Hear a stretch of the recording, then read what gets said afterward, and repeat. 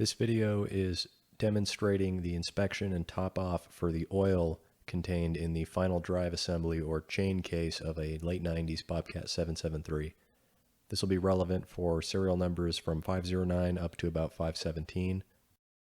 This page explains that the type of oil used is the same as the hydraulic or hydrostatic system.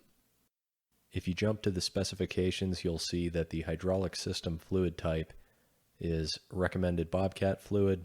However, if it's not available, you can use a 10W30 or 10W40 Class SE motor oil. On this page, you find the capacities. I'm looking at the chain case reservoir, which holds a total of 9 gallons. I ended up not having to drain it, so I only added 5 gallons to top it off. It's parked on semi-level ground. The factory manual calls for removing the drain plug in the front, and they say if you can stick your finger in there and feel the oil, the level is correct. But I'm gonna go after it from the top so I can see an overall better condition of the fluid and decide if I want to top it off, replace it, or leave it be. Alright, I'm sitting in the machine. I pulled out 7 bolts from around the outside of the plate. The 2 in the front were accessed with an open end 9/16, and then 2 more holding the parking brake to the frame via the plate. So I got it all cleaned up before I pulled the bolts out. There's appears to be a silicone keeping the dirt out, so that plate's free. Going to expose, hopefully, the fluid. Get that out. So there's actually a gasket, so I need to decide if I want to reuse that or go with silicone. And I do see some fluid in there. I'll get my light.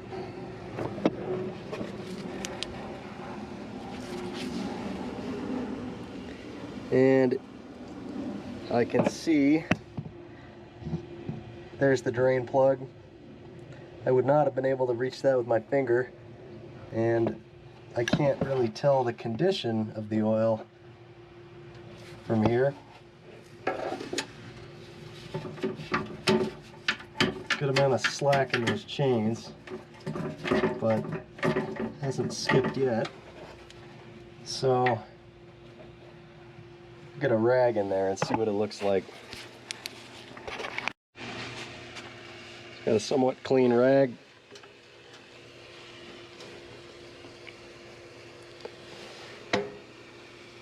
And it looks acceptable.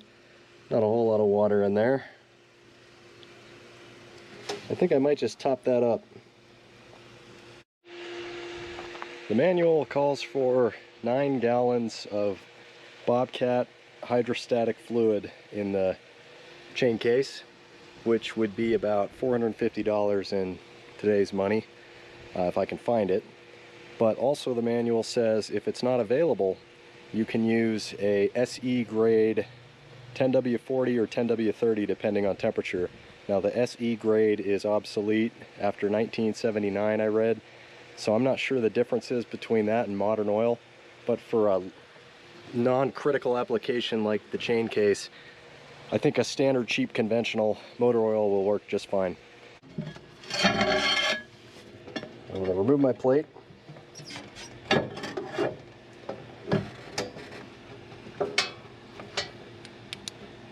Got my light and a ruler, and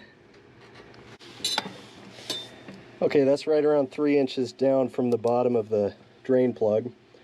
So I'm going to add a gallon and 1.2 gallons, 5 quarts, and measure it again.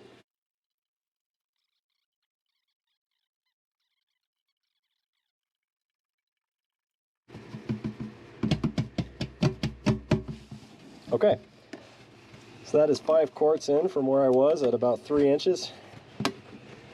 Take another measurement.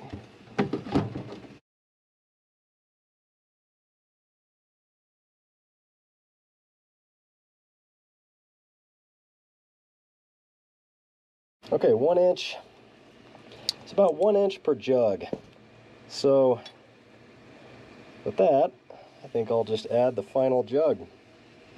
And, you know, my machine might be tilted one way or the other, so this is not very scientific, but it'll at least give you a ballpark of how much fluid you may want to go buy.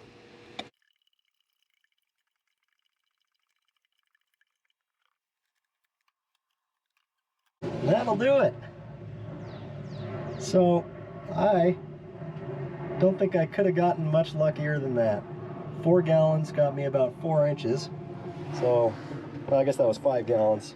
So 1 5-quart jug per inch you're low on a machine like this is a pretty solid estimate for how much oil you need to buy.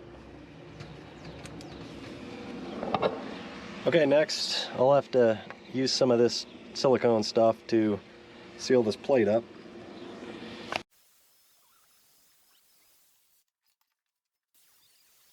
And I gotta decide if I want to try to reuse this gasket or if I want to go with a silicone RTV. This is looking pretty shot. Probably good for dust, but you know, silicone's pretty cheap and I think it'll work better than if I were to try and clean this up. Man, getting these silicones started is always the biggest pain in the ass. It doesn't matter if I've got a regular caulk tube or a aerosol or the regular can of putty. I can never keep these for more than about a year. So if anyone has any tips on how to keep these fresh, you know, I'm all ears. I have had nothing but struggle with silicone. I'll let that tack up for, I don't know, 10 minutes. I want that to be basically like an O-ring when I put it down. And I put those on the wrong side. So I'll fix that. Alright, so silicone is not quite dry yet. I did scrape off the stuff I put on the wrong side of the plate and just smeared it around where the brake is going to go. That should keep any water and dust out once it's torqued down. The holes are just lined up. It's just resting there right now. It's maybe separated by 50 thou off the case, and then I will torque all the bolts down in maybe 30 minutes or an hour once it rubberizes a bit more. There's a bunch of ways you can do this. This is the way I've had luck with differential covers and motorcycle cases, that kind of thing. Let it tack up before you torque it, and it acts like an O-ring or a gasket.